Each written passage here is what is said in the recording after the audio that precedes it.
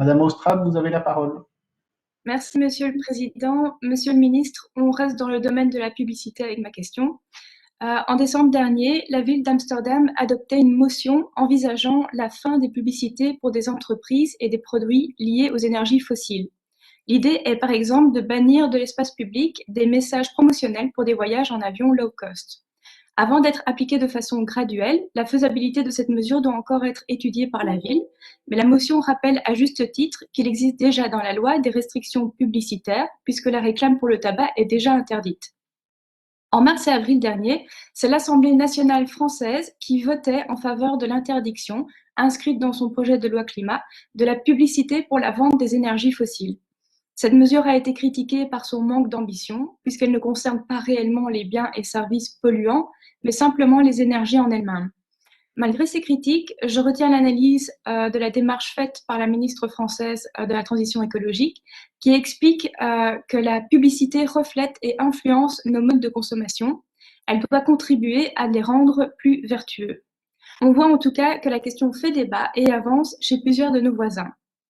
Très souvent, la publicité repose sur une sollicitation de nos réactions émotionnelles et de certains de nos biais cognitifs.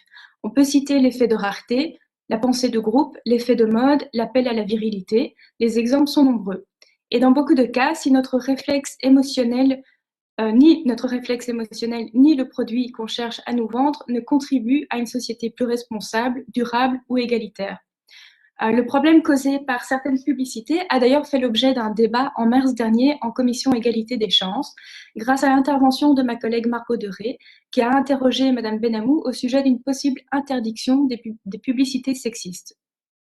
Dans sa réponse, Madame Benamou a expliqué que dans le cadre d'une révision du RRU, Monsieur Smet étudie actuellement la possibilité d'imposer des conditions au contenu des publicités pour y empêcher tout contenu contraire à la loi, à l'ordre public ou aux bonnes mœurs.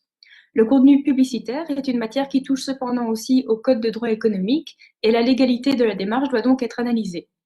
Je pense qu'une réflexion similaire peut être menée en ce qui concerne la publicité visant des biens et services polluants.